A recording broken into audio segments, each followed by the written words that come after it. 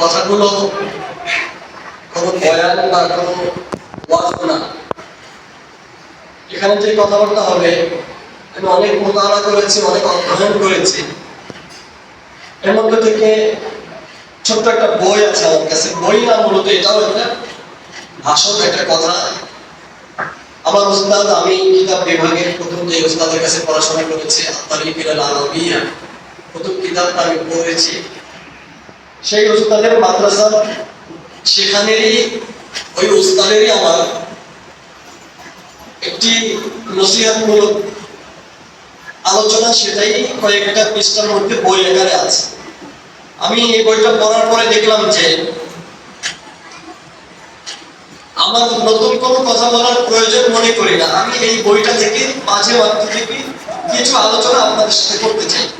এর চাইতে যুগ উপযোগী আলোচনা হইতেই পারে না। এই জন্য আমি নিজের কথা না বলে আমি সেখান থেকে চেষ্টা করব কিছু আলোচনা আপনাদের সাথে করার জন্য, ইনশাআল্লাহ।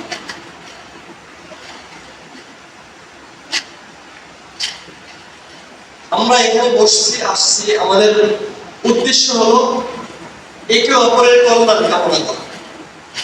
আমিও আপনার সন্তানের ভালো চাই, আপনিও আপনার সন্তান এবং আমাদের ভালো চান।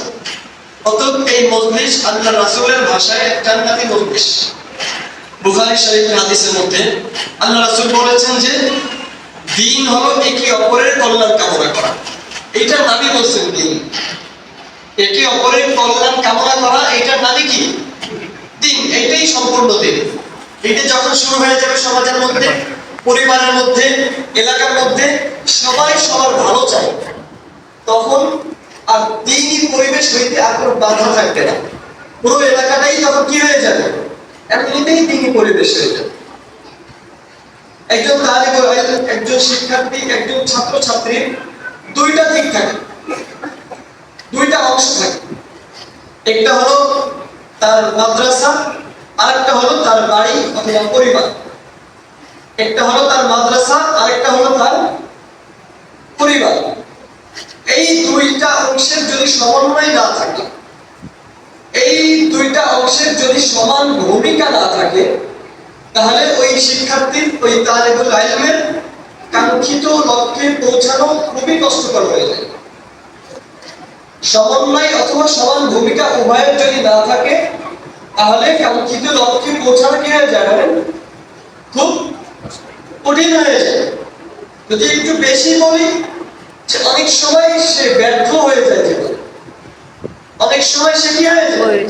ব্যর্থ হয়ে যায়, ঝরে যায়, শেষ পর্যন্ত আর টিকতে পারে না, যদি উভয়ের সমন্বয় আমাদের না থাকে। প্রত্যেক ক্ষেত্রেই একই অবস্থা। দুইয়ের সমন্বয় না থাকলে কোনো কিছুই সফলতার মুখ দেখে না। একটা ফ্যান চলছে, এখানে দেখেন, এই ফ্যানটার মধ্যে কিন্তু দুইটা তার আছে, পজিটিভ এবং নেগেটিভ, দুইটা লাইন আছে, দেখছেন আপনারা সবাই। একটা বাতির মধ্যেও কিন্তু এভাবে আছে। হ্যাঁ, এই দুইটা ছাড়া সে চলতে পারবে না। এই ফ্যানটা এই দুইটা ছাড়া চলবে না। একটা তার খুলে দেখেন না চলে কিনা? চলবে। একটা তার যদি লাইটের মধ্যে থেকে খুলে ফেলি, চলবে লাইট?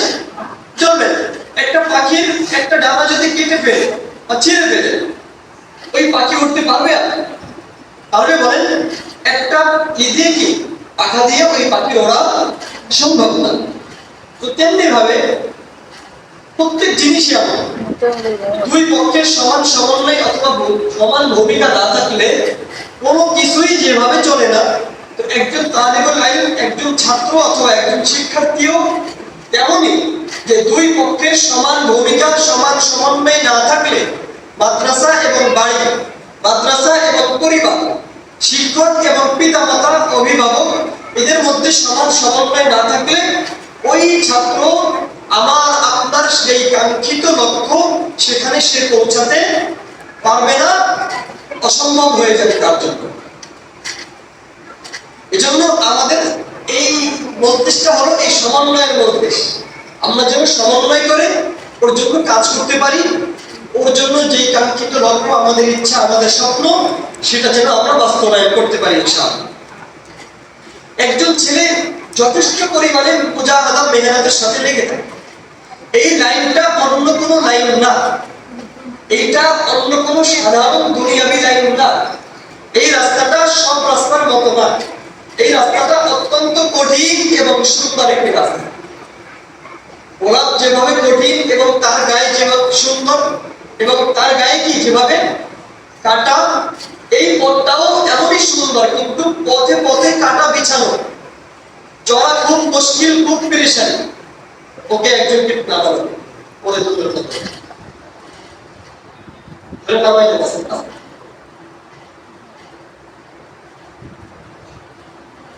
মাদ্রাসায় যে পরিমাণ মুজাহাদা, মেহনত, প্রচেষ্টা চলে, অন্য কোথাও এত মেহনত, এত প্রচেষ্টা, এত কষ্ট কমে মাদ্রাসায় যে পরিমাণ কষ্ট করা লাগে, দুনিয়ার কমে স্কুল মাদ্রাসায় এত পরিমাণ কষ্ট। একটা ছেলে সে তাহাজ্জুদের ওয়াক্ত থেকে শুরু করে রাত 10টা 11টা 12টা পর্যন্ত লাগাতার যে মেহনত করতে থাকে, তার নিজের ইচ্ছাকে, নিজের চাহিদাকে পায়ে দলে সে যেভাবে মেহনত করে, এই উদাহরণ আপনি দুনিয়ার আর কোথাও পাবেন। আমি নিশ্চিত চ্যালেঞ্জ দিয়ে বলতে পারি, আপনি এই মেহনত, এই প্রচেষ্টা আপনি আর দুনিয়ার কোথাও পাবেন। একটা বাচ্চা যার উপরে এখন পর্যন্ত নামাজই ফরজ হয় নাই, যার আমলনামায় এখন পর্যন্ত গুনাহই লেখা শুরু হয় নাই, সেই বাচ্চাটাও রাত 3টার সময় উঠে তাহাজ্জুদ পড়ে আর কান্নাকাটি করে। তখন থেকে তার দিন শুরু হয়। যেই বাচ্চার আমলনামায় গুনাহই লেখা শুরু হয় নাই, সেই বাচ্চা 3টার সময় উঠে বলে আল্লাহ মাফ করে দেন। আল্লাহর কাছে কাঁদে আর কি বলে আল্লাহ মাফ করে দেন। অথচ আমলনামায় পাপ লেখাই শুরু হয়, অথচ ও কান্দে আর কি বলে আল্লাহ মাফ করে দেন। রহমত এখন পর্যন্ত শেষ হয় না কেন? ধ্বংস এখনো কেন আসে না আমাদের? এই বাচ্চার চোখের পানির কারণে আমরা আমাদেরকে, পাপীদেরকে আল্লাহ বাঁচায় রাখে, হেফাজত করে। তো সেই থেকে মেহনত শুরু হয়, ঘুম থেকে উঠতে মনে চায় না, খুব কষ্ট হয়। হ্যাঁ, ওনার পরে চিন্তা করে যে ফজরের পরে তাহলে নামাজ পড়ে একটু শোবো, কিন্তু ফজরের নামাজের পরে দেখে যে আমার অন্যান্য সাথীরা পড়তে বসে, আমি কিভাবে শুনব? মনে চাইলেও আবার একটু ঘুমাইতে ফজরের পরে পারে না। নামাজের পরে আবার মাগফিরাত আদায় করে সূরা ইয়াসিন তিলাওয়াত করে সব আমলের করে হালকা নাস্তা পানি খেয়ে আবার পড়তে বসে। ওই যে ঘুমটি কথার সময় মনে করছিল সুযোগ পাইলে আরেকটু ঘুমাইয়া নিব, সেই ঘুম কিন্তু আর তার, সে আবার পড়তে বসে। সেখান থেকে সারা দিন যায় পড়াশোনার মধ্য থেকে, আবার পুরো দিন চলে যায়। তো এই ফজরের সময় ঘুমাইতে মনে চাইলেও কি করতে পারে না, ঘুমাইতে পারে। ফজরের নামাজ জামাতের সাথে আদায় করে, লম্বা কিরাতে ফজরের নামাজ আদায় করা হয়। গ্রামের মধ্যে তো ছোট ছোট সূরা দিয়ে আপনারা নামাজ পড়েন, কিন্তু মাদ্রাসায় তো সেভাবে আদায় করা হয় না। এক এক রাকাতে 2 পৃষ্ঠা তেলাওয়াত করা হয়, 3 পৃষ্ঠা 4 পৃষ্ঠা 2 রাকাত নামাজে কি করা হয়, তেলাওয়াত করা হয়। ছোট ছোট বাচ্চারা কত সুন্দর ধৈর্যের সাথে, হ্যাঁ, 15-20 মিনিট দাঁড়ায় 2 রাকাত নামাজ আদায় করে। আমি দেখি পিছনে দাঁড়াইলে দেখি অনেক কষ্ট হয়। আজকে আমি পাশে দাঁড়াইছি, দেখি দাঁড়ায় দাঁড়ায় একজন ঘোরায় পড়তেছে। আমার মনে হইতেছে যে বলবো কিনা, পড়ে যায় কিনা টাইসের পরে, ও হাত কেটে এভাবে কি করতেছে, ঘোরায় পড়ে যাচ্ছে। হ্যাঁ, অথচ ওর নামাজে এখনো ফরজ হয়নি। এই যে আল্লাহ তাআলার খাস রহমত শুরু হয়ে গেল।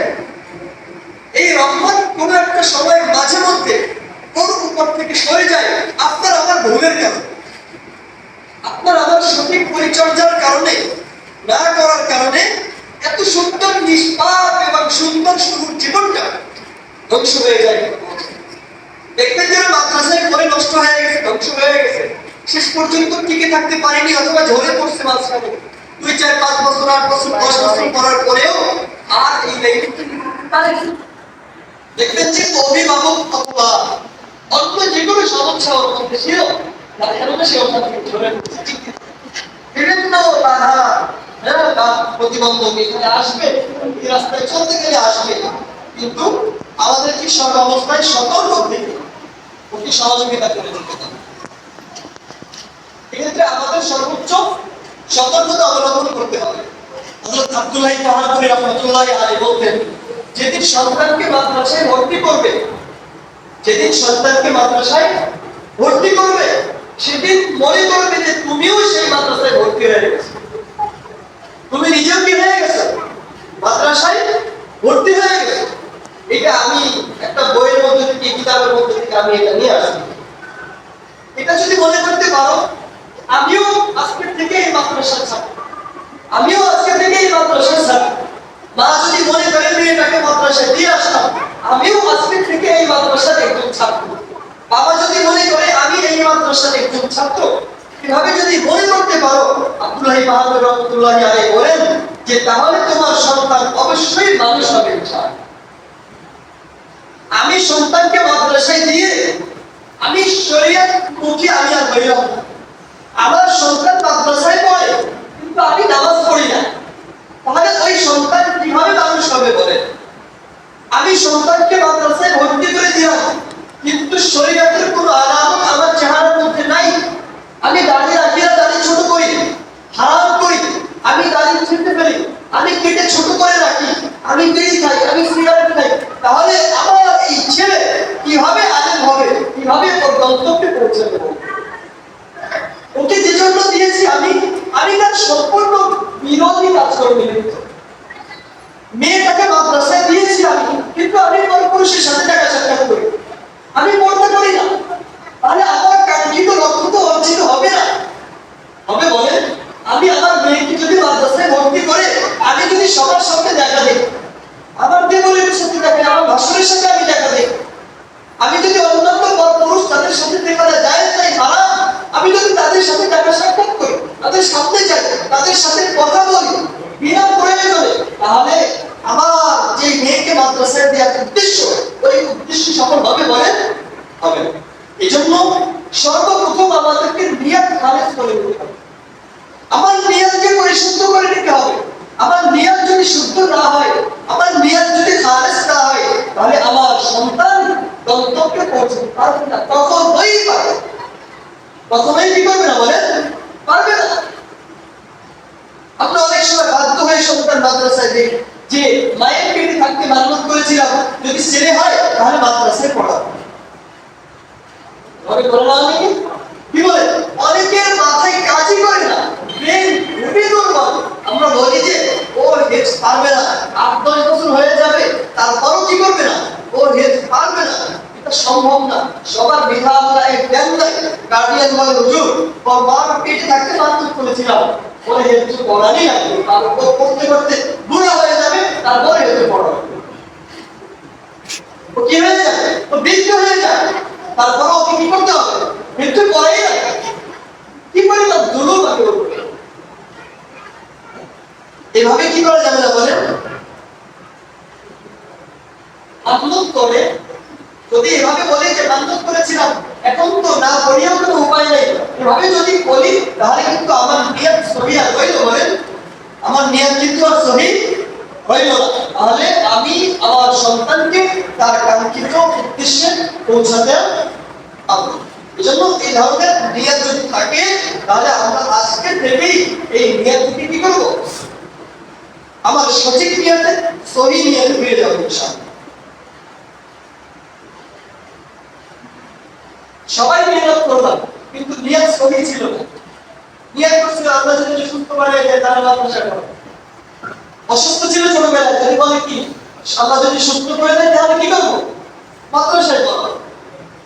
ছেলে সন্তান হয়ে মাদ্রাসায় পড়াবো, সন্তান হয়ে মাদ্রাসায় দিব। এভাবে যদি নিয়ত থাকে, এভাবে যদি নিয়ত থাকে, তাহলে সবার পরিশ্রম সব বৃথা যাবে, কিন্তু কি হবে না বলেন? এই সন্তান আর মানুষ কিন্তু একটু পড়ে লেখা